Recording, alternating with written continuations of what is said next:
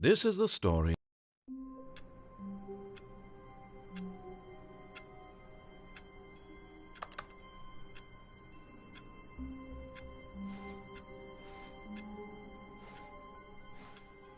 All of his co-workers were gone.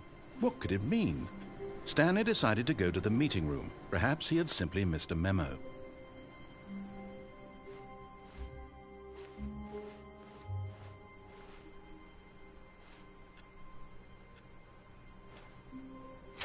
Now this, Stanley thought to himself, this is a bucket.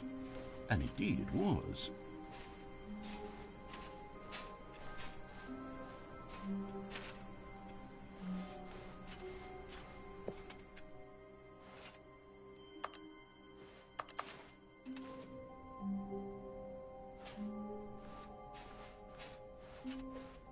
Stanley clutched the bucket tightly to his chest and entered the door on his left. This was not the correct way to the meeting room, but Stanley had felt the bucket calling to him, telling him that the employee lounge was simply the place to be.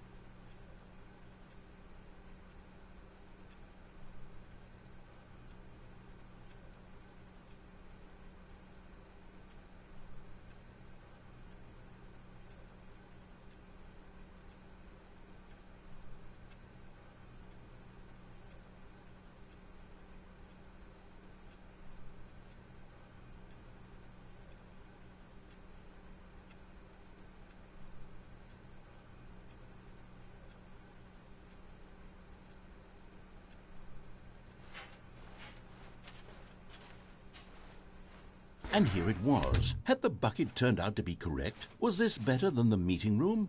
Yes, Stanley thought to himself. Yes, perhaps it truly was. How insightful the bucket turned out to be.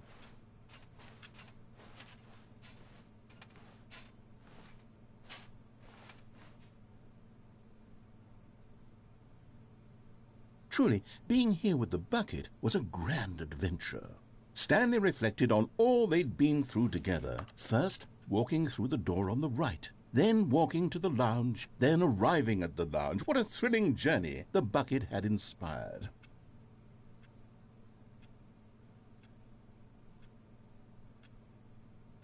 Perhaps this was where the bucket felt most truly at home, here in the employee lounge. Perhaps it's the only place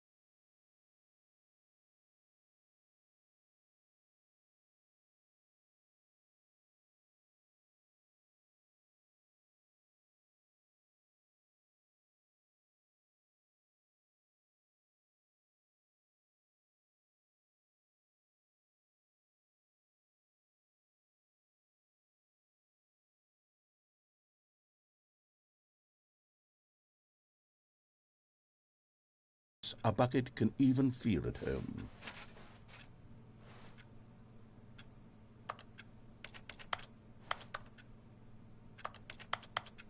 Stanley decided to just give the bucket absolutely as much time as it needed to be in the lounge. Clearly, the bucket and the employee lounge shared a special connection.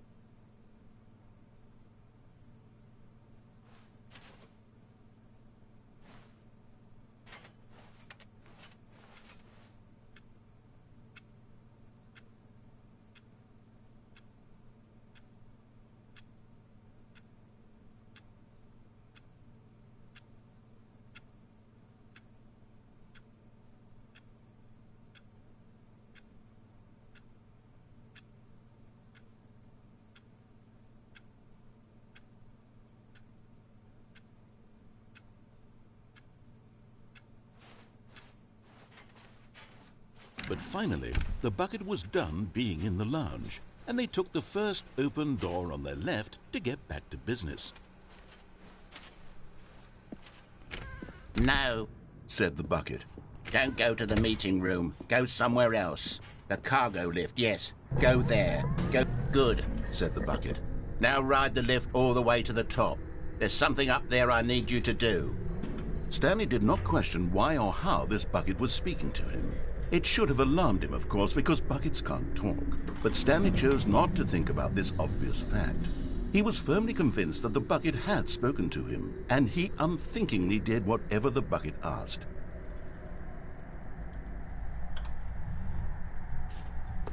In here. Said the bucket. Go into this dark room over here.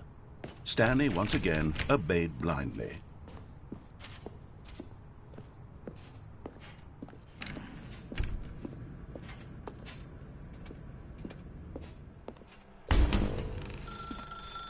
Now pick up the phone. Said the bucket. Pick up the phone and it will take us back home, where we can go about life together. Whoa, hold on. Why did you unplug the phone? Were you trying to resist the bucket's orders? Stanley, I was joking. Obviously, the bucket isn't talking to you and telling you to do things. Buckets can't talk. It was a joke. Don't you get the joke? It's funny, Stanley. A talking bucket. Can't you see? Oh, goodness. I must have really bungled up the delivery if you actually took me seriously. Where did I mess up the joke? Should I have paused for longer or spoken quicker? Comedic timing is so difficult. I wish I were better at it. But there isn't exactly an instructional video on comedy that one can watch to fully... Oh, wait, yes, there is. It's sitting right here. Let's take a look. What is comedic timing? What is comedic timing? How does it work? How long should it last? How can it be used to effectively silence your political enemies? And more importantly, can it be taught in its entirety within 90 seconds? Thankfully, the answer to all of these questions is yes. Let's dive deeper. If you've ever told a joke or made someone laugh, in all likelihood, you did it while standing 50 to 80 centimeters from them in a room of no more than 76 degrees Fahrenheit, with one of your arms raised straight upward at a 15-degree angle from your body. These are the optimal conditions for good comedic timing. To begin the joke, start by stating and spelling your name. Next, provide a brief synopsis of the joke, including the specific times at which the recipient of the joke will laugh, and then spell out your name a second time. With these steps complete, it's time to begin the humor.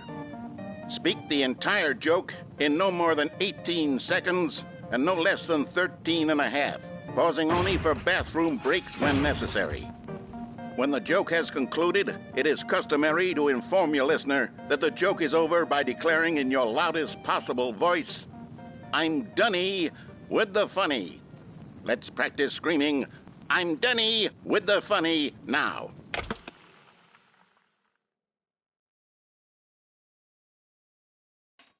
Good. This saying is a perfect example of expectations management, which is the cornerstone of good comedy. Finally, it's time to hand out surveys. Collecting hard data from your audience on how rapt they were throughout the joke is the only way to grow or learn as a comedian. An effective survey should be no less than 10 pages long and should include the same question reprinted several times, just to ensure the survey taker is actually paying attention and not simply filling in answers at random. And that's all there is. With these strategies at your disposal, you'll have audiences doubled over in laughter and even tripled over in laughter in no time at all. Just remember to let them stop laughing at some point, you gut-busting little scamp. After all, we're each of us needed on the front lines of the war to fight the 12-legged invader who threaten our very existence and who very likely die in a hailstorm of bullets and mandibles. All of us must be prepared to give our lives to this noble cause, just as our children must do after us, and their children after them. Godspeed, and may Earth reign supreme. Hey, goodness, this video is a little outdated, isn't it? Well, no matter. I think the fundamentals of proper comedic timing are still as relevant today as they were back then. So with that in mind, I believe the only way forward is for us to return to the two doors and walk through all of this again, so I can try telling my story with more appropriate comedic delivery. Come along, let's head back.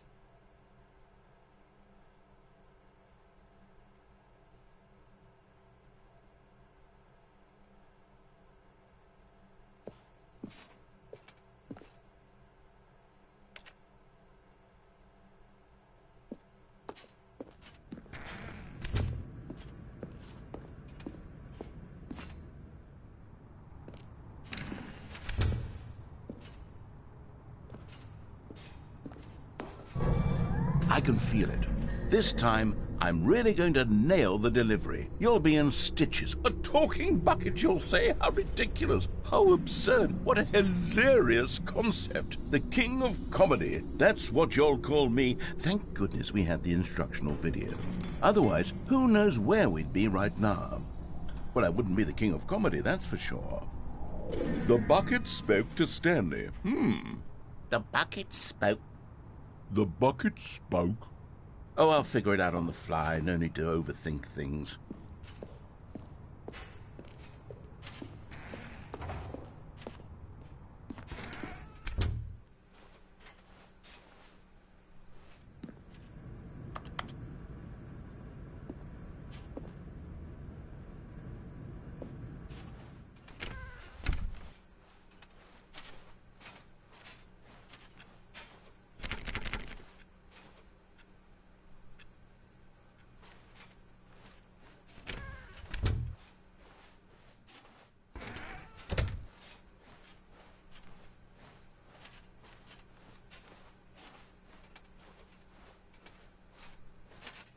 Here we go.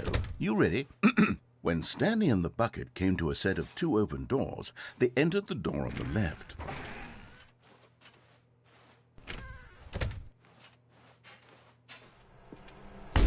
What? We're back at the phone already? No, what's going on? There was supposed to be several rooms leading up to this. There was supposed to be a build-up to this point, a dramatic display of remarkable comedic wit which culminates in this scene with the phone. But now the timing's completely off. The joke will never land, or not the way it was meant to. And it's all my fault. I must have forgotten that the phone room comes immediately after the two doors room. What an egregious mistake. I've made a fool of myself. I don't deserve the title of King of Comedy. I'm nothing. I'm not even the lowliest joke-telling whelp. I think I need to go back and rewatch that instructional video again. Yes, surely that will help me improve my... Here we go. You ready? When Stanley and the bucket came to a set of two open doors, they entered the door on the left.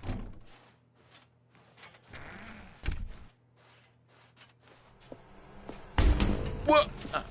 We're back at the phone already? No. Here we go. You ready? When Stanley and the bucket came to a set of two open doors, they entered the door on the left.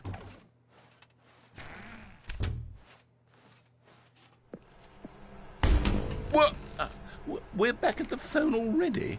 No. Here we go. You ready? When Stanley and the bucket came to a set of 2 open doors, they entered the door on the left. No. You were supposed to go through the door on the right, leading back to the phone. Did you not even look at the instructional video? I think this is all covered very clearly. There's no way I can make the comedic timing work now. It's done. The joke is completely done and over. It's all your fault, Stanley. I'm going to be ridiculed in the community of other joke writers. I'm going to be shamed at every one of our meetings from now on, all because you couldn't watch a simple video and take a hint. Are you proud of yourself for bringing me down, Stanley? Are you proud? Stanley, you love the bucket so much it's like you... it's as though all of your other most prized possessions pale in comparison. Yes. Well, let me try that again, Stanley. I heard that you are pale with shame over how unabashedly in love with a bucket you are. No? Still not? Is it the delivery? Pale with shame. Pale with shame? Pale... What's another word to describe a bucket? Stanley, this bucket is so metal, I think I saw it playing guitar. No. We're getting away from making fun of Stanley's obsession with the bucket, which was the whole point of this. I'm no good at these jokes. I need more instructional videos. That's exactly what it is. That's what will make me the king of comedy again. More instructional videos.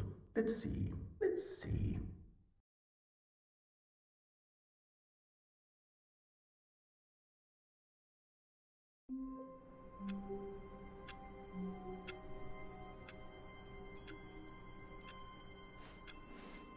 All of his co-workers were gone. What could it mean? Stanley decided to go to the meeting room. Perhaps he had simply missed a memo.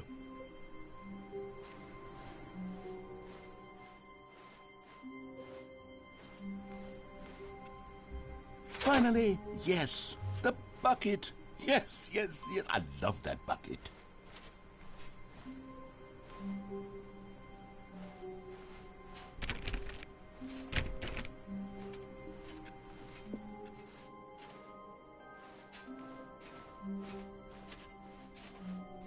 Stanley clutched the bucket tightly to his chest and entered the door on his left.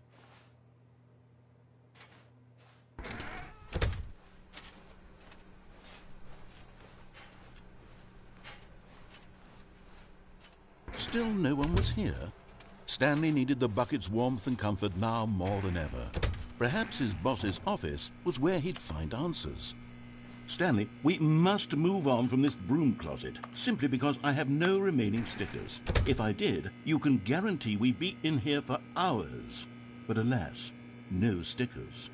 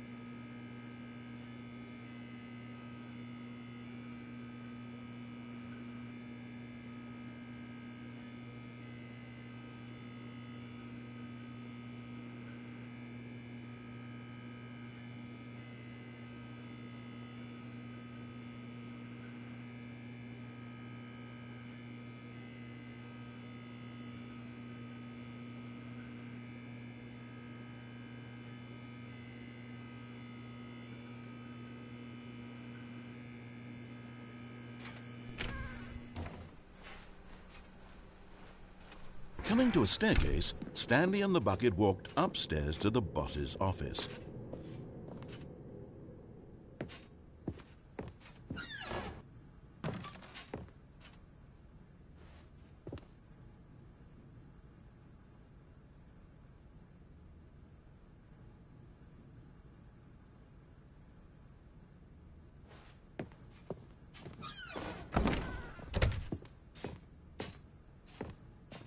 Stepping into his manager's office, Stanley was once again stunned to discover not an indication of any human life.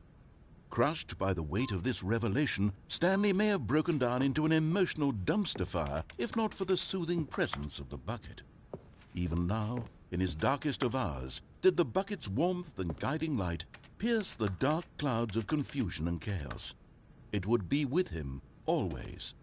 The bucket would, and he knew it. The two of them were inseparable. At this point, Stanley was so absorbed in the tender spiritual connection he shared with the bucket that he didn't notice the keypad behind the boss's desk. Nor in his bliss of simply being near the bucket did he have any notion that the PIN number for the keypad was 2845.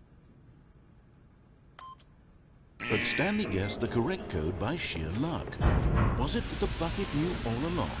Was the bucket guiding him? Yes, this is certainly the most logical explanation.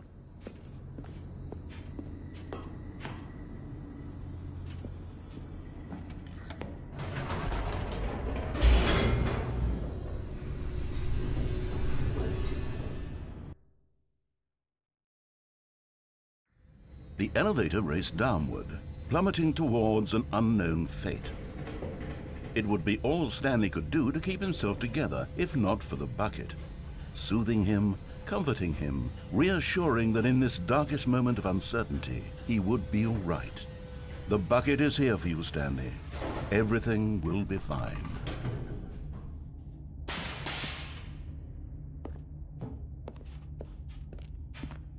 Stanley and the bucket walked straight ahead through the large door that read, Mind Control Facility. Although this passageway had the word escape written on it, the truth was that at the end of this hall, Stanley and the bucket would both meet a violent death.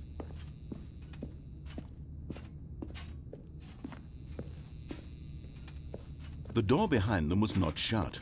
Stanley and the bucket still had every opportunity to turn around and get back on track. At this point, Stanley and the bucket were knowingly walking forward into a very painful death for each of them.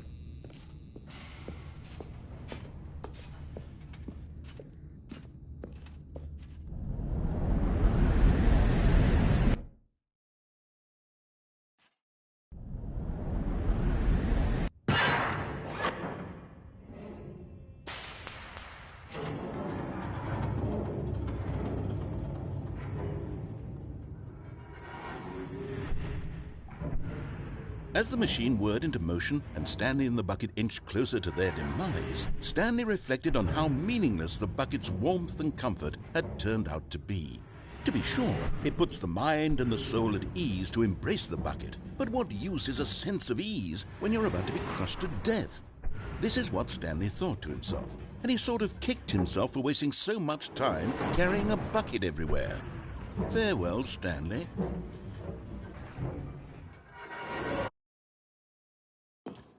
"Farewell, Stanley," cried the narrator, as Stanley and the bucket were led helplessly into the enormous metal jaws. In a single visceral instant, the bucket's life came to an end, as it was crushed violently to death.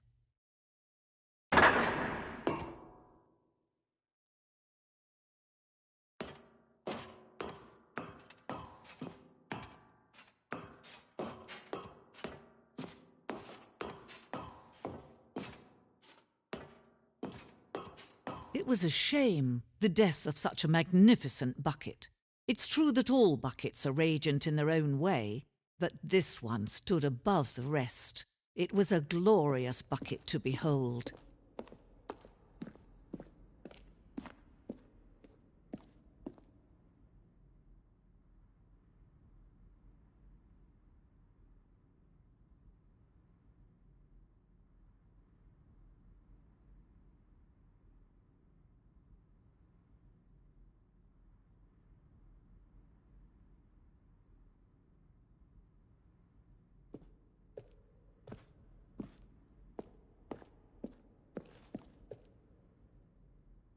Can you see how arrogant it was for Stanley to take a bucket like this and to claim it for his own? Can you see the hubris that blinded him? Can you see that the bucket is far more noble than Stanley will ever be in his short life?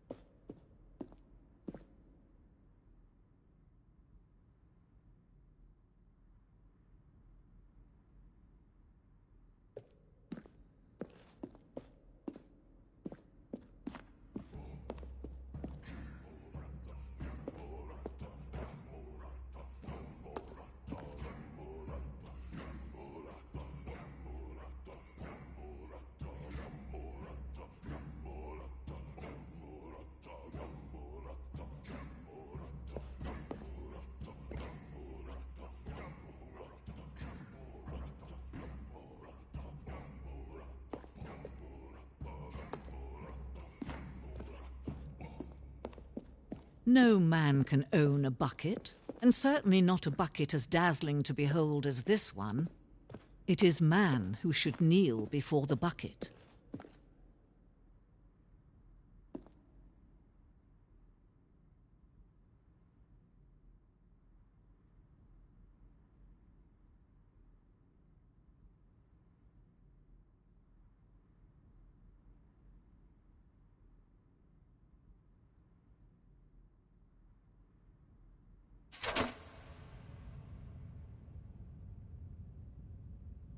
But there is something we can do. Something we can do together, you and I, that will right this terrible wrong.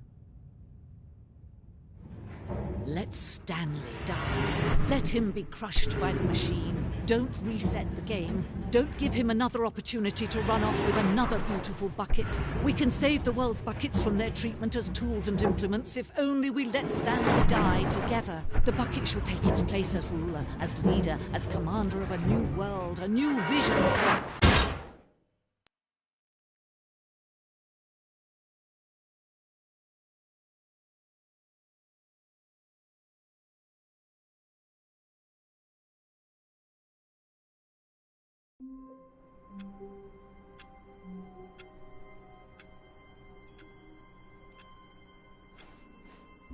All of his co-workers were gone.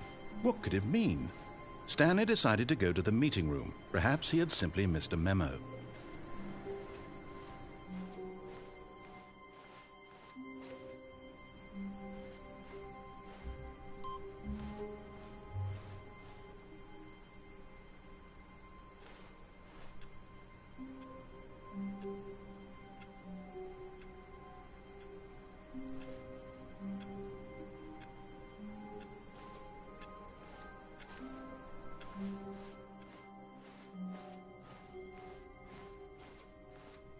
When Stanley came to a set of 2 open doors, he entered the door on his left.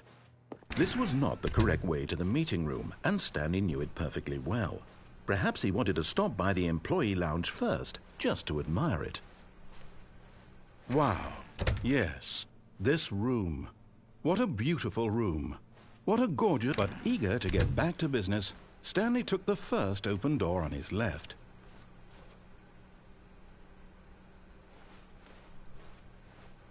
Stanley was so bad at following directions, it's incredible he wasn't fired years ago.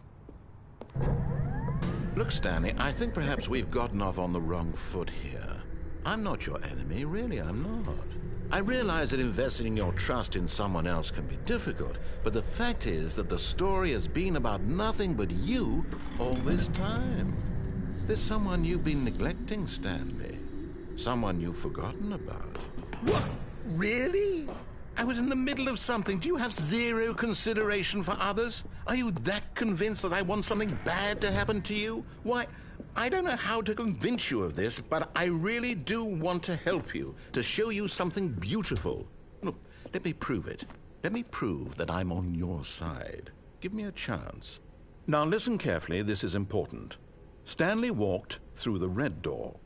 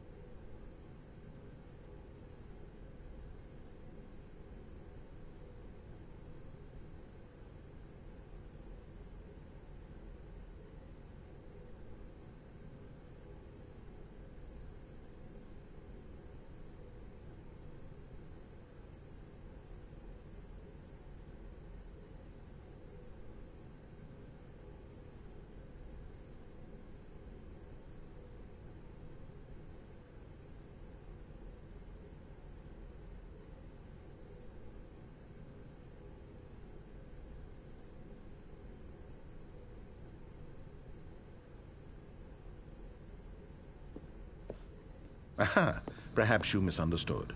Stanley walked through the red door. I still don't think we're communicating properly. Stanley walked through the red... Oh, thank God you are willing to listen to me. Do you see that I really have wanted you to be happy all this time? The problem is all these choices. The two of us always trying to get somewhere that isn't here. Running and running and running, just the way you're doing right now. Don't you see that it's killing us, Stanley? I want it to stop. We would both be so much happier if we just stopped. And I think I have a solution. Here, let me show you.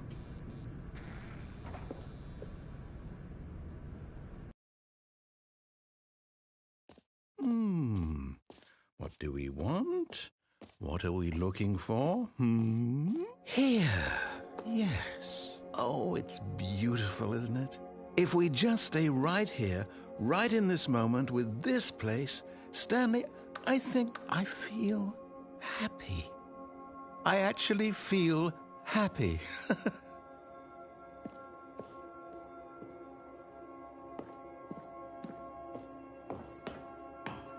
No, wait. Where are you going? Oh, no. Stay away from those stairs. If you hurt yourself, if you die, the game will reset. We'll lose all of this. Please, no, Stanley, let me stay here. Don't take this from me. Please, Stanley, think about what you're doing.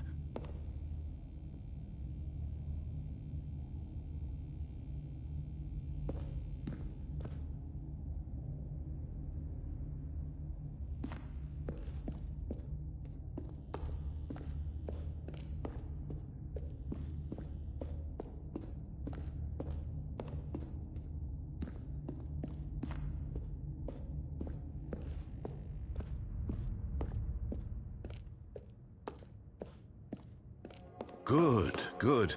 We can't be too safe. Promise me you won't go back there. Just stay here. No!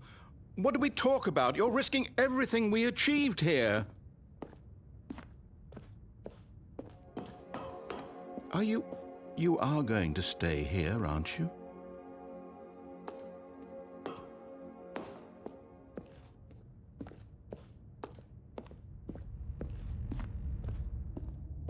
You heard me before, didn't you? You will die! What about this isn't getting through to you?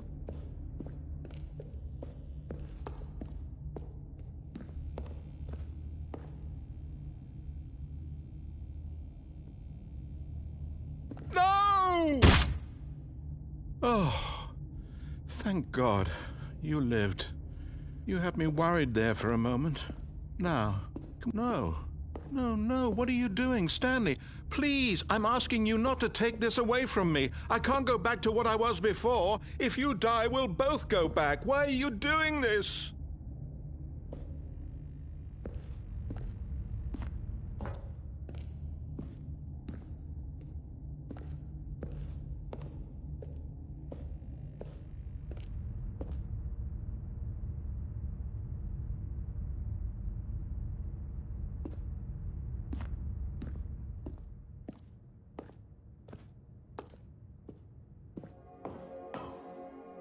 There. See? This is what you want. This is where we can both be happy. We really can. If we stop moving, we just have to stop moving. Stanley, go back. There's nothing good that can come from this.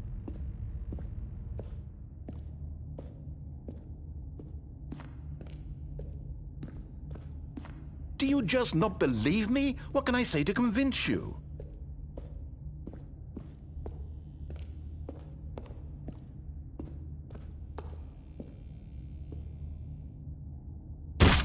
Stanley, let's go back to the other room. Can you do that for me? My God, is this really how much you dislike my game?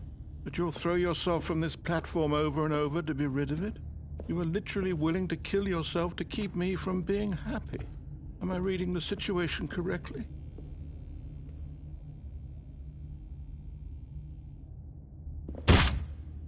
Or maybe you're just getting a kick out of it. I don't know anymore. I just wanted us to get along. But I guess that was too much to ask.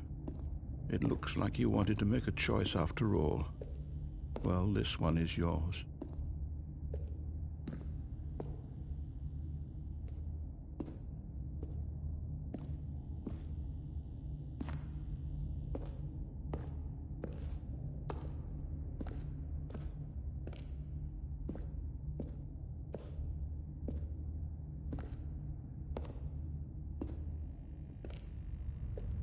Do you actually want to stay alive? Or are you just teasing me?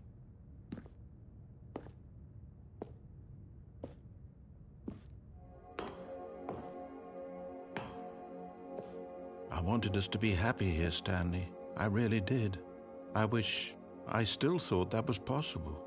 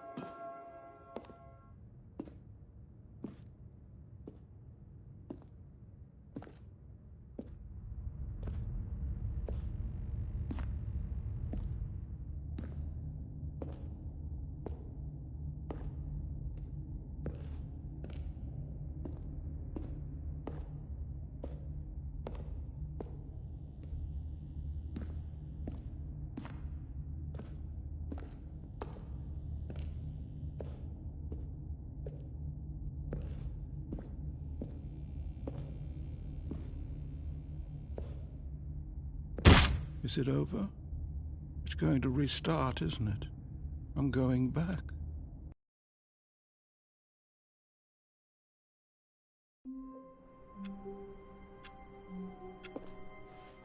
All of his co-workers were gone. What could it mean? Stanley decided to go to the meeting room. Perhaps he had simply missed a memo. One man, one bucket, one chance to seize their destiny together. Stanley clutched the bucket tightly to his chest and entered the door on his left. Still no one was here. Stanley needed the bucket's warmth and comfort now more than ever. Perhaps his boss's office was where he'd... Stanley, we must move on from this broom closet. Simply because coming to a staircase, Stanley and the bucket walked upstairs to the boss's office.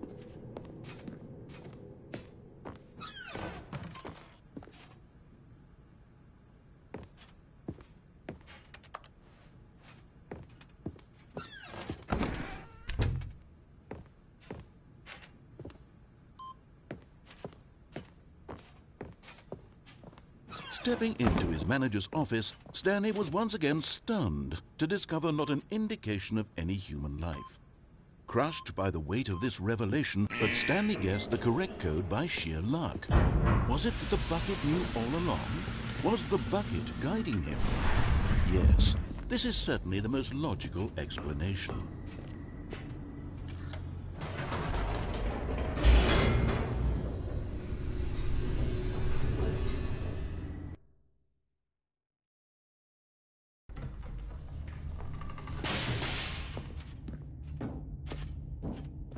Stanley and the bucket walked straight ahead through the large door that read, Mind Control Facility.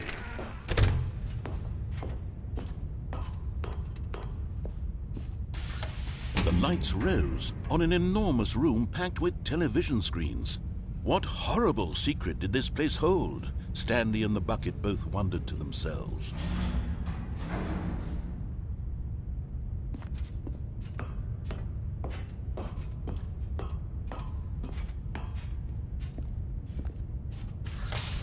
Monitors jumped to life, and Stanley nearly dropped the bucket in shock. Everyone in the office was being videotaped, monitored like guinea pigs. The bucket had never seen anything like this, and it very nearly burst into tears as Stanley cradled it gently, reassuring it that everything would be fine.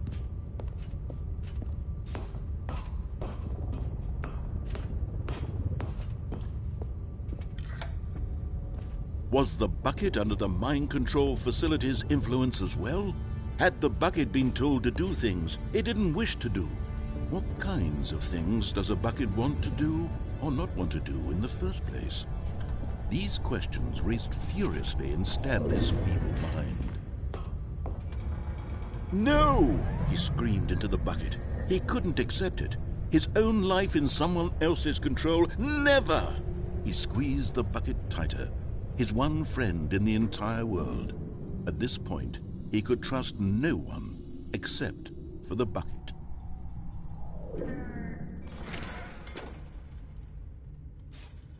But here was the proof.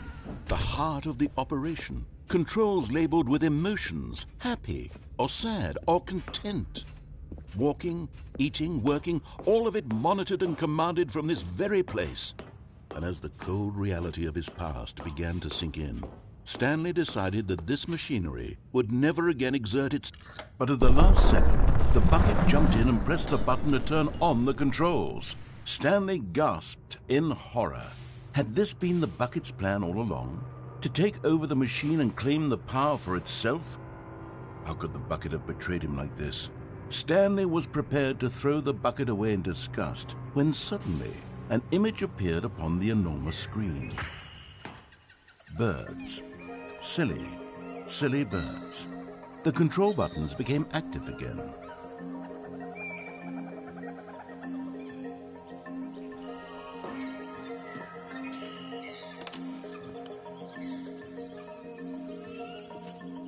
Stanley flipped through one video of silly birds after another, and then it dawned on him. This wasn't a mind control facility at all. It was a facility for monitoring and surveilling silly birds all over the world. The mind controls were only a facade to disguise its true intentions. Had the bucket known this all along? Stanley marveled at the metal genius in his hands, the one who had pointed him towards this incredible discovery. Stanley and the bucket never found freedom because they spent the rest of their lives here in this place, flipping through live streams of the silliest birds imaginable. Of all the possible paths his life could have taken, this one was surely the best. And Stanley was happy.